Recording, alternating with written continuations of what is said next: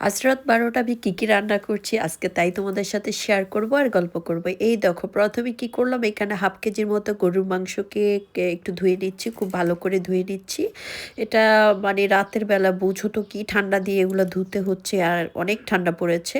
তারপরে একটা হচ্ছে ওলকপি, ওটা ধুয়ে নিচ্ছি, ধুয়ে নিয়ে এখন পানি দিয়ে এটাকে একটু ভাপ দিয়ে নিব।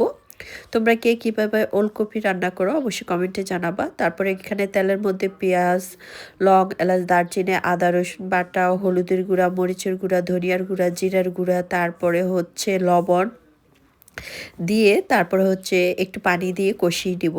তারপরে হচ্ছে একটু পানি দিয়ে দিচ্ছি, দিয়ে তারপর আমার স্পেশাল মশলা, স্পেশাল গরুর মাংসের মশলা, টমেটো দিয়ে খুব ভালো করে কষিয়ে নিচ্ছি। তারপরে হচ্ছে এখন মাংসগুলা দিয়ে দিচ্ছি, দিয়ে তারপরে ৪ থেকে ৫ মিনিট খুব ভালো করে একটু কষিয়ে নিচ্ছি।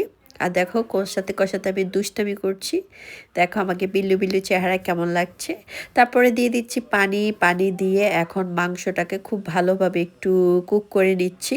এখান দিয়ে আমার এগুলো প্রায় হচ্ছে ভাপ দেওয়া শেষ, পানিটা ঝেড়ে নিচ্ছি, ঝেড়ে নিয়ে এক পাশে এটাকে রেখে দিচ্ছি। আর এক চুলা আমি একটু ভাজি করব, তাই পেঁয়াজ, তেল, একটু রসুন বাটা, কাঁচামরিচ, জিরা, একটু সামান্য পাঁচফোড়ন, হলুদের গুঁড়া, মরিচের গুঁড়া আর সামান্য একটু ধনের গুঁড়া দিয়ে দিচ্ছি, লবণ দিয়ে দিচ্ছি, টমেটো দিয়ে দিচ্ছি, কষিয়ে তারপরে আলু সিম দিয়ে দিচ্ছি, এটাকে মানে ভাজি করব। তারপরে এই যে আমার মাংস প্রায় কষানো ডান, এখন হচ্ছে আমি যে ওলকপিটা ভাপ দিয়ে নিয়েছিলাম সেটা দিয়ে দিচ্ছি, দিয়ে এখন ২ থেকে ৩ মিনিট খুব ভালো করে কষিয়ে নিয়ে তারপর গরম পানি দিয়ে দিব।